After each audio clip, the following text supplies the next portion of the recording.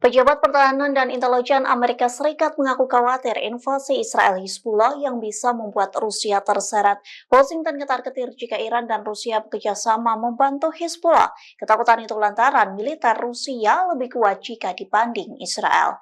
Dikutip dari tribunnews.com, hal itu disampaikan oleh para pejabat Amerika Serikat yang tak ingin disebutkan namanya kepada Middle East Eye, yang menyebut ketakutan itu sebagai efek sekunder dan tersier dari serangan darat Israel terhadap Hizbullah.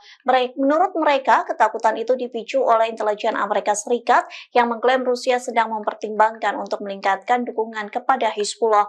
Adapun seorang pejabat senior Amerika Serikat yang berujar bahwa Presiden Vladimir Putin mempertimbangkan pengiriman rudal jelajah anti kapak untuk Houthi. Pasalnya hingga saat ini Houthi masih melancarkan operasi militer terhadap kapal-kapal terafiliasi Israel di Laut Merah. Terlebih pada 2023 silam, Wall Street Journal melaporkan grup Wagner berencana memasok sistem pertahanan udara Rusia kepada Hizbullah. Pada awal tahun 2024 ini, Rusia menerima kunjungan utusan Houthi di Moskow.